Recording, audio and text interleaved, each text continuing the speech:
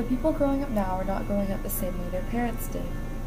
More information is available now much faster than ever before, and advertisers know it.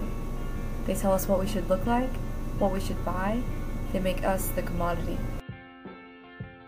Women become valued for their beauty, as defined by the media. According to Linda Koenig and Wasserman in their analysis of the implications of body image on men and women, the average size and shape of the idealized woman has gotten progressively thinner and more boyish. They state that the ideal woman now is about 13 to 19% below expected weight.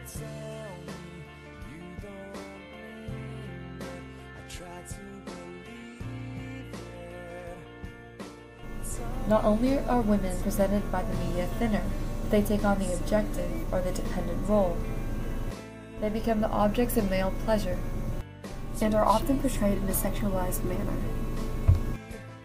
Alternatively, they are also portrayed as the caring and responsible keeper of the house, and are often portrayed inside a home setting. The media often supports the perception that women belong inside the home rather than outside in the world. Their poor media portrayal is not limited to just women. Men become valued for their muscularity. Often advertisements will show a male with unrealistically defined muscle tone, and men are becoming increasingly more objectified. According to an analysis by Deanna Rollinger, the most commonly advertised male figure is that of the eroticized male, that is a man who is more sexualized as the emphasis is largely centered on his body.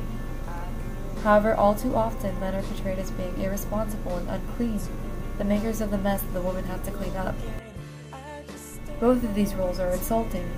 Both of these body types are unattainable, yet we still strive to be their ideal. According to Rollinger, the bodies in advertisements come to represent an ideal that individuals seek to achieve. The dislike for the body becomes pathological and has very real consequences, such as low self-esteem, distorted self-image, eating disorders, and even changing the body through painful plastic surgery.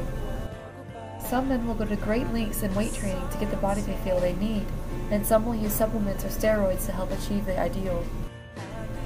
However, according to Koenig and Wasserman, for both males and females, individuals with a negative body image reported the most depressed mood, regardless of how important body image was to their overall sense of self-worth.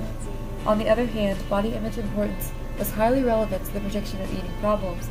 As reported in a study by Cow, Duster, Burnett, and Stevens, in America, 44.9% of women and 19.8% of men, on average, take weight loss supplements. In order to be thin, someone would go without food.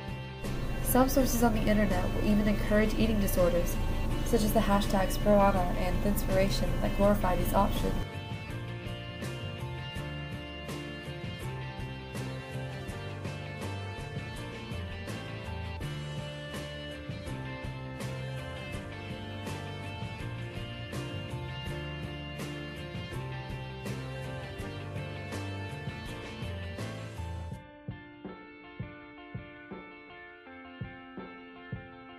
The internet can be a scary place, but this doesn't have to be this way. There is good information out there if you know where to look and who to believe. Something happened in the last 20 years. Always the model was skinny, but not too skinny.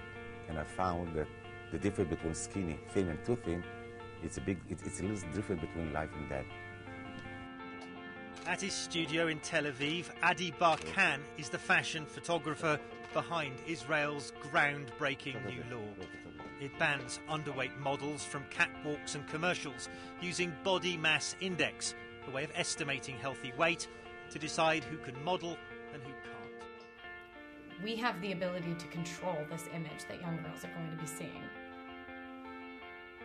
We need to make girls see enough of this body that we can't imitate, that we'll never be able to obtain, these unrealistic expectations. According to a new study from JAMA Pediatrics, 18% of boys are way concerned about the way they look. In other words, body image issues once thought to only plague girls are now infecting boys. Allison Field from the Boston Children's Hospital was the lead author of the study, and she says, you want people to be concerned enough about their weight to make healthy decisions, but not so concerned they're willing to take whatever means necessary, healthy or unhealthy, to achieve their desired physique. Dr. Raymond Lemberg, an expert on male eating disorders, blames media portrayal of men. He says, the media has become more of an equal opportunity offender. Men's bodies are not good enough anymore either. Because beauty shouldn't be a defining characteristic, and we are better than the materials they are trying to sell us. Because your ideal is your decision to make.